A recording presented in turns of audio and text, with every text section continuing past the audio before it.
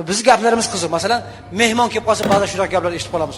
Uyatli mehmonlar kelib qoldi, qayerga o'tkazamiz deydi. Uyatli mehmonlar kelib qoldi, qarang, kutilmaganda qayerga joylashamiz? Uyatli mehmonlar.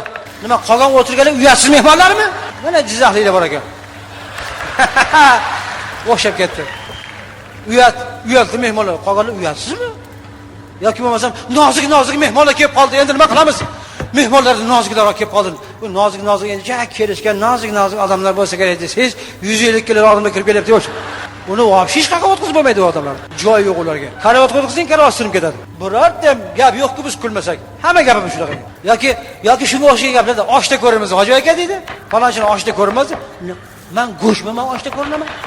Men qanaqa oshda ko'rinaman? Oshda ko'rmadi-ku siz. Qanaqa ko'rasiz meni? Suyakmi men oshda hina ko'rib ko'rsam? Qani, oshda ko'rmadi-ku deydi. Yoki bo'lmasa oshni damladingmi deydi. Balonmi damlaydi? Ana osham kelyapti deydi. Osh kelmaydi, olib kelasan kerak bo'lsa. Nima deydi? Bu oshni bir uramiz ekan deydi, ha deydi. Nega urasan oshni? Nima gunoh qildi senga? Olib kelib qo'yganingiz kelmadi deydi.